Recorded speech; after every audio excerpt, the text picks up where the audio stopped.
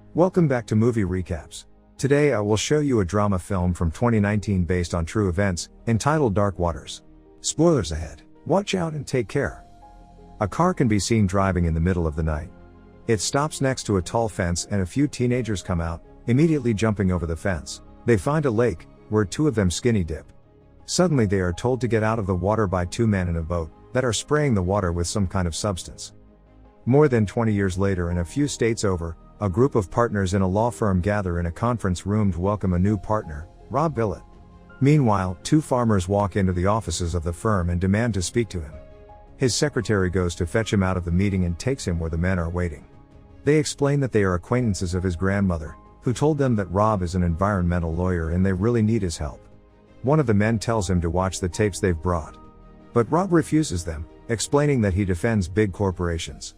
The men leave and he returns to the meeting.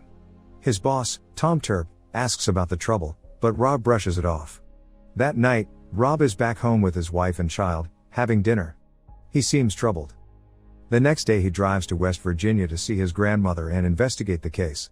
They talk about the farmers that came to see him in his office and she tells him that she used to take him and his sister over to their farm when they were little. He drives over toward the farm and on the way sees a landfill, named Dry Run. The man takes him inside of his house and immediately starts showing him abnormal organs taken from his cattle, which show sickness and deformations. Next, he takes him to a creek where his animals drink the water, showing him strange white rocks inside, saying those are some kind of chemicals that are poisoning his cattle. Rob turns around and sees only two cows. The man takes him to the rest of cattle buried in an adjacent field. He's lost hundreds of cows. Rob is concerned to learn that DuPont, the chemical company which owns the landfill, hasn't explained anything to the man, nor reacted to any of his worries about the chemicals in the creek. Rob attends a work dinner with the president of the DuPont company, which his firm has been a friend of for a long time. After dinner he goes up to the president and asks him about the landfill. The president diplomatically ends the conversation, saying he will surely look into the matter. Sometime later, Rob comes back to the man's farm and brings him an evaluation. The report of the farm and cattle says that the animals had died from inadequate care, which angers the farmer, who's convinced otherwise. As they argue, one of the cows starts behaving strangely and is about to charge on them. Rob gets in the truck and the man stays back. The cow charges and he shoots her. Later, Rob drives back through the town and notices that the entire place is owned by the chemical company. Back at the office, he shows his boss the videotapes the farmer left there and explains the situation, asking to take the case for free and help him out because the local lawyers are afraid of the company. His boss reluctantly agrees, but tells him to keep the case on point. That day Rob has a telephone call with the president of the company, telling him that he's suing them and asking for more reports on the landfill. He's told that he'll get the reports. The report arrives 1 year later. Rob is missing a party at his own house going through the documents. He finds different things inside that look suspicious, with the acronym PFOA showing up multiple times. He searches for its meaning back at the office, with no results. One of his colleagues comes in and they talk about the case. Rob is worried that the company is doing something illegal and hiding it, dumping chemicals which they are not disclosing to the Environmental Protection Agency. His colleague doesn't know what PFOA stands for either. Meanwhile, the president starts dodging his calls.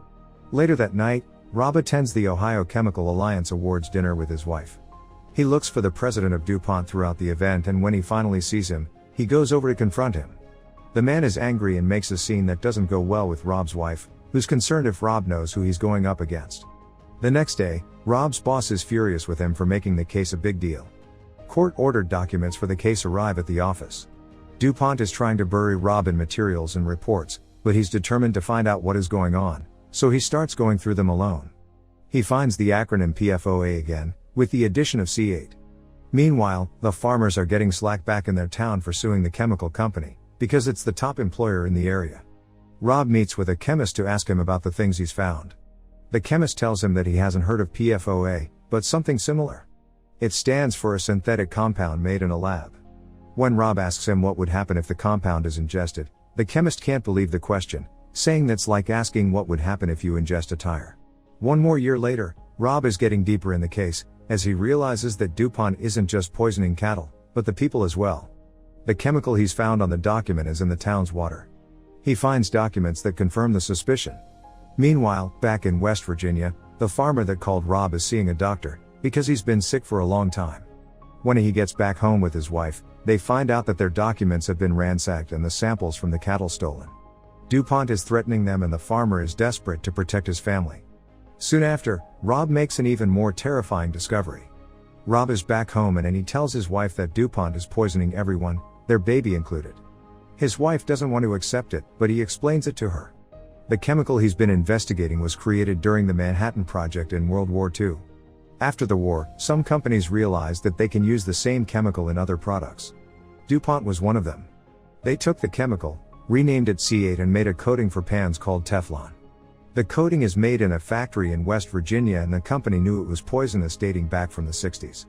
Rob tells his boss the same information about DuPont and the way in which they tried to cover up the toxic C8 sludge over the years. He's discovered that the company not only knew, but made experiments that had shown deformations in monkeys and rats, as well as their offspring. DuPont knew the same thing was happening with their workers and their babies, but covered that up as well. The company knew what the product and byproducts were doing, not just to their workers, but to the consumers of the products as well. And the product was everywhere, from pans to paints and fabrics. Rob's wife goes into labor and when the baby is born, he asks the nurses if it has any visible deformations, like the ones he's read about in the files. They tell him the baby is perfect. After some time, Rob and his boss confront the president of DuPont. He tells him he knows everything about C8 and how far the contamination has gotten. Later, he informs the farmer about it as well. The farmer doesn't want to settle in a civil case, thinking that the world needs to know what the company has done. Rob tells him that there is no way to fight the company in court since they're too powerful. They argue and the farmer tells him that both him and his wife have cancer. Nevertheless, Rob convinces him to take the settlement and they sign the papers with the president of the company. But, in the meantime, Rob has leaked all the information about DuPont to the relevant institutions and has signed up to testify in the case that those governmental departments have filed against the company. His boss is furious with him, but wishes him good luck in Washington. Later, Rob is seen testifying there, asking the departments to do something about the situation with the contamination.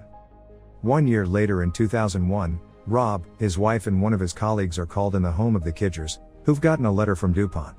The couple tells them about their family members that have worked for the company and died of cancer, but also about other people they have known suffering the same fate.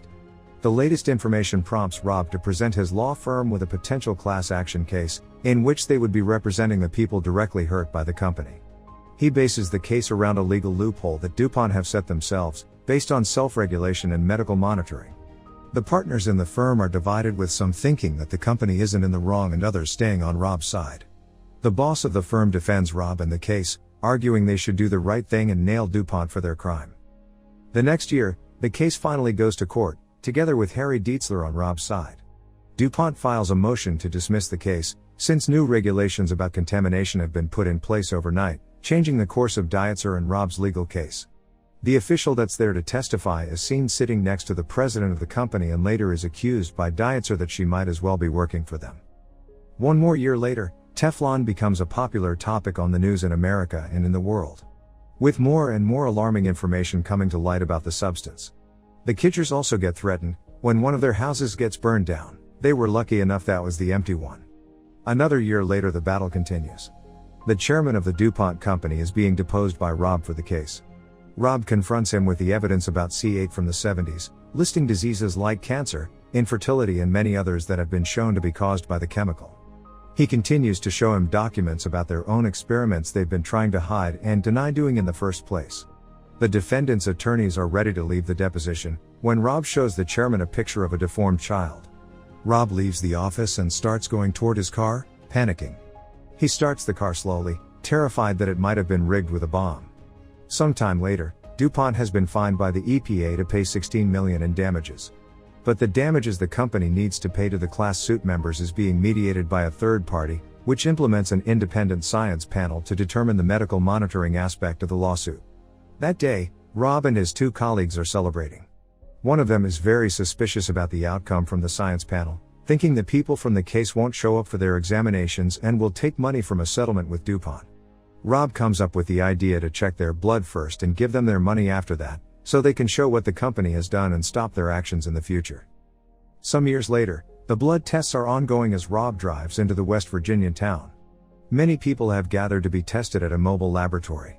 Rob walks inside and is greeted by the doctor, who tells him that his plan worked.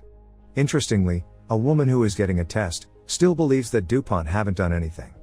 It's Christmas and Rob is celebrating with friends and family.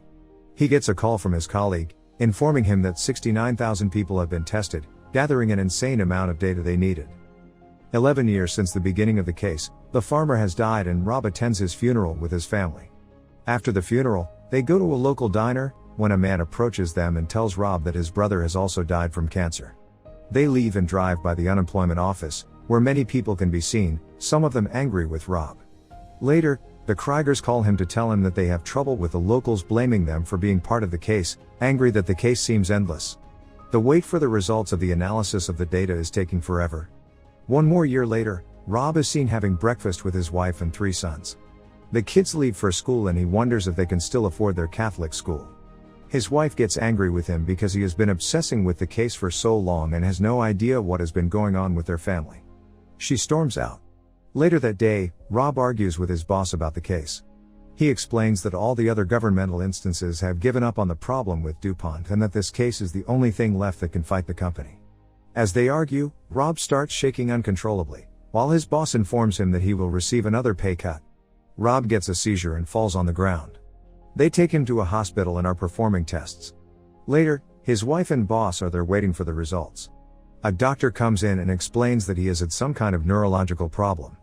When she leaves, Rob's wife and boss have a conversation in which she tells him that he needs to start treating him properly, because he has been fighting in a way none of the two can understand. One more year later, the family is seen in a church. After, they go to a gas station when Rob finally meets Bucky, the deformed child from the pictures he's been seeing all these years. The next day, he goes to the office. He looks devastated. Defeated even. He's seen sitting on his desk, when he hears his phone ringing and answers. The call is from the doctor from the science panel, instituted 7 years before. She informs him that the data has finally been analyzed and it shows the precise link of the DuPont contamination to 6 categories of serious illness. Thanks to his work, the people that might get sick can seek compensation from the company. Rob appears to have won. He drives home and tells his family the news. They are seen celebrating in a restaurant, when Rob gets another call. The news he gets is terrible. DuPont is fighting against the findings of the science panel. He thinks it's over, that he's lost. Companies like DuPont always win and the little people always lose. So it's those people he needs to protect. It's 2015. A court adjourns and the judge takes his seat. Rob stands up to plead the case of his clients. After winning 3 and settling 3,535 cases, Rob Billet is still fighting. Make sure to subscribe and turn on notifications so you can watch more videos like this. Thanks for watching.